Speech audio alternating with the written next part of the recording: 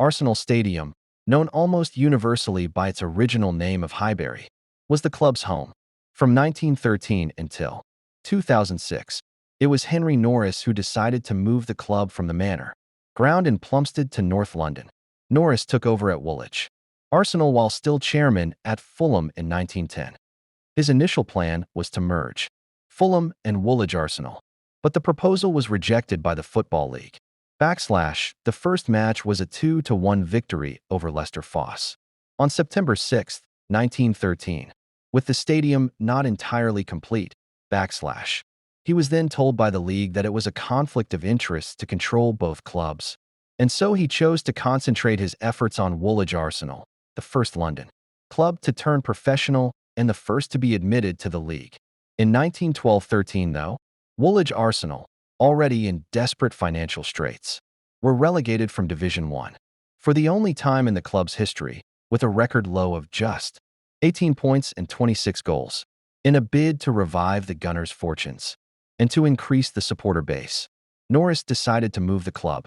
After originally sounding out sites at Battersea and Haringey, he decided on a plot of land in Highbury, the site of the playing fields of St. John's College of Divinity.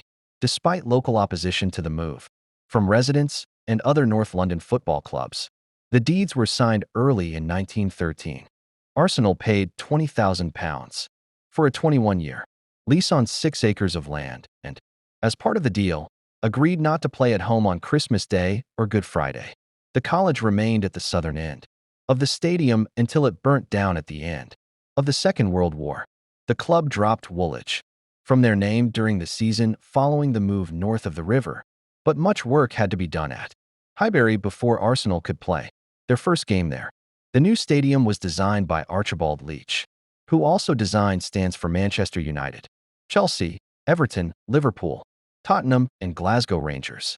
The pitch was leveled, a new grandstand was partly built, and turnstiles and terracing were installed, all at great expense to Norris, later Sir Henry Norris.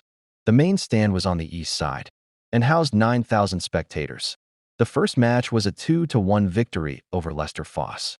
On September 6, 1913, with the stadium not entirely complete. When league football resumed after the First World War, Arsenal were a Division 1 team. They have been ever since. And in 1920 the ground hosted its first ever international fixture.